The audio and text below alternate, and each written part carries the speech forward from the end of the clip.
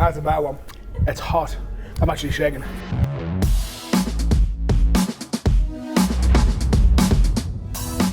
On this session, we've got probably one of the more prominent figures of JDP that has flown up from Melbourne town, James Farrey. Welcome, James Farrey. Cheers for having me, mate. You are welcome, sir. James has been with the business now for a little over 3.5 years, I think it is now, isn't it, mate? Yeah, it'll be 4 in March. We'll start with the mild. We're going to go with the mild, mate. Not too bad. It's like mayonnaise, mate. Mayonnaise. Easy. So, question 1, Yeah. following on from the wing. Tell us what 2020 has got in store for JDP Melbourne and how things are looking for you and the team down there from an evolution perspective. Yeah, it's good. So obviously solidified the team. So I had a few guys and girls move back to the UK. Obviously we had Robbie from the team this year move back and start the London office, which was a loss for Melbourne, but a gain for London and JDP. So obviously it's been a bit of I suppose long haul to replace him. Yep. Get some people in. But yeah, we've got some good people joining for 2020. So yeah, I mean the plan is just to essentially kick ass and open a kind of whoop ass on Melbourne, to be honest. And hopefully the remainder of the states, who knows, mate? Well, hopefully not from a Queensland perspective. Yeah. How do you know that these are hot and all that? I tried them. Obviously you've tried them first, yeah. I think the second question that I'd like to go into with you is what's been your proudest moment? Proudest moment? Yeah, I think obviously, you know, when Kieran obviously put the trust in me to take over the Melbourne office and essentially start leading people, obviously it was always a goal of mine to try and manage and I suppose take that on. Yep. So certainly stepping up and being able to manage a team of awesome people was definitely a proud moment. So and it's something I've really enjoyed, something that's obviously been quite challenging, but something that I certainly have loved doing. So certainly that's probably my proudest moment. Yep. My funniest moment, where do I start? Speaking of hot sauce as well, we did a prank when I first started in Edinburgh. Right. We played a prank on one of our guys who loved hot sauces like you. So we've got obviously the hottest sauce in his desk and we squirted it all over his keyboard. Oh.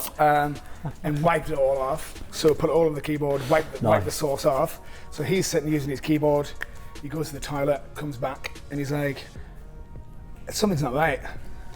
Something's burning. He had no clue what had happened. And for days and days and days this went on. He kept going to the toilet, was like, I don't know what's going on. He actually booked a doctor's appointment because he just didn't have a clue what was going on. And eventually we confessed, we're like, it's just hot sauce on the keyboard, mate. Oh, so, right. Can you not smell it? Surely they would have been. I don't know. I don't know what was happening down there, but he must have thought something was up. Did he have a partner?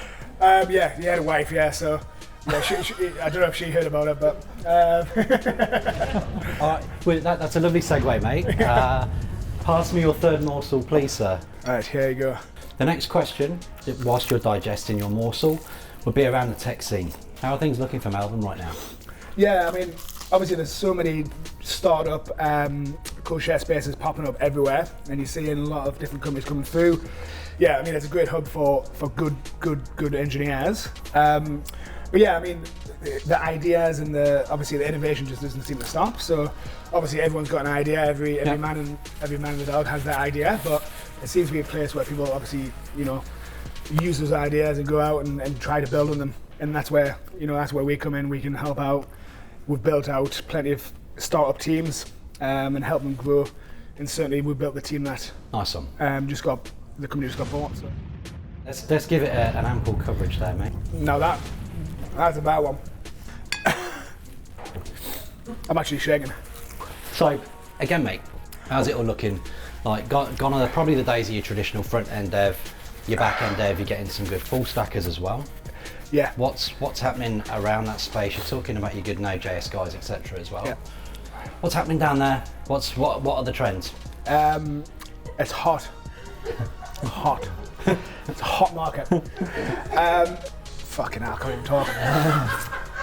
Yeah, modern technologies, of course, we're seeing a lot of full stack JavaScript. So I think the flavour of the day seems to be full stack JavaScript, React, Node, Lambda, AWS. Obviously a lot of serverless computing is coming through now. Same up here, mate.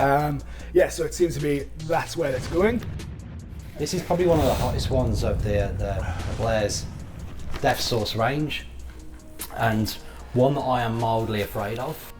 If you were arriving from overseas, from the tech scene, what would be your preferred state and why? Oh, I reckon. Should I eat this first? Yeah, I'm gonna eat it first, and then I'll answer if I can.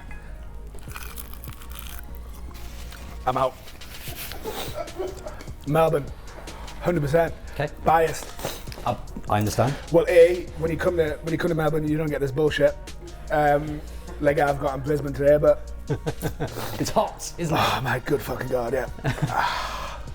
Right, focus. So, I think Melbourne is certainly buzzing. Certainly, like I said, from the startup perspective, but also there's lots of good, solid tech companies down there. Lots of big, obviously your big banks, your big energy companies as well. Yeah. So there's lots of companies that choose to base themselves in Melbourne, purely because, like I said earlier, very, very good talent down there. Yep. So, Great. so look, across the three great options, but 100% Okay. I'll choose Melbourne. Cool.